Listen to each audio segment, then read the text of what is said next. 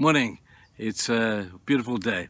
Want to just say to you today that we started yesterday looking at the final sort of chapter of 8 of the book of Mark. Man, there was just so much in that chapter, wasn't there?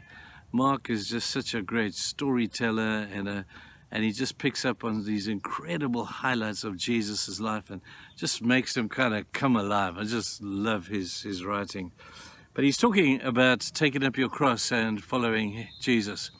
This was a statement Jesus told to a bunch of probably half-hearted believers, a bunch of guys and ladies who we spoke yesterday about being kind of like fans who love Jesus for what they can get out of him, and they'll cheer him on as long as he performs and does his little act for them.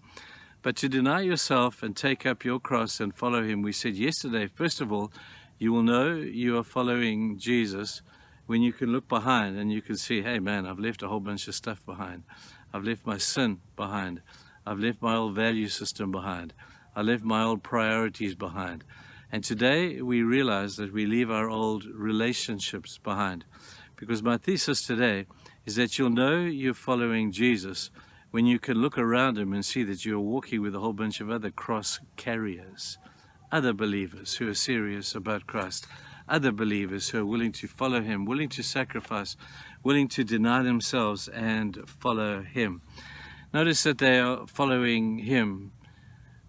They aren't following a human leader in the sense of one of us. Sadly, in the world around us, there's a bit of a celebrity mentality, can I say that, amongst church people, where we follow the man, and I follow that guy, and I follow this guy, and oh man, get over that stuff. You know, we don't follow a human being in that sense. We follow Jesus. He is the only one. There's no one who can stand with him. There's no one that can compare with him. We follow him. That means we leave our desires aside. That means we leave our vision and our goals and our dreams. We put them on the shelf to say, Jesus, I can't follow them and you at the same time. You see, that's where we get ourselves so confused. We're like double-minded men. We read, James says, is unstable in all of his ways. He knows he wants to follow this. His head says that, but his heart says he must follow this. And so the poor dude is just so confused, and life is just so terribly complicated. And as a result, he's as miserable as anything, because he's got to choose who you want to follow. You'll know you're following Jesus when you can look around you and say, hey man, there's another cross carrier. There's another cross carrier. You know what we call it? We call it the church. Man, I love the church. I got to tell you, church is imperfect. Man, while I'm around, it'll be very imperfect. But the church is God's best people. The church is a group of people who've said we want to follow Jesus. And maybe there was a time when they were fans, but they challenged with the issue and inspired to say, I'm willing to sacrifice everything to be a follower of Christ. And you'll know you're following Jesus when you can look behind and see you've left the old life behind. You'll know that you're following Jesus when you're walking in the presence of other cross carriers and you've got a whole bunch of new friends with you. You know, we need one another, us cross carriers. We need one another. Over here in South Africa, if you don't come from here, we have a marathon. It's a 90-something kilometer race, and only stupid people run this thing. But it's called the Comrades Marathon. And if you interview people, and thousands of people run this race, and you interview people at the end, and you say to them, man, what kept you going when your muscles were cramping and when you were exhausted and your mouth was parched and your tongue is hanging out and you're only at 50 kilometers, you still got another 40-something k's to go. What keeps you going? And most of them will tell you it's the presence of friends who are with me. We cheer each other on. We inspire one another. We laugh with one another. We cry with one another. We support one another along the way. You see, winning the Comrades is not as important as just running it and being a part of that great crowd of people who just love being together. They will suffer together. They will deny themselves together. And at the same time, you know what, people? For some strange reason, they have quite a lot of fun doing it.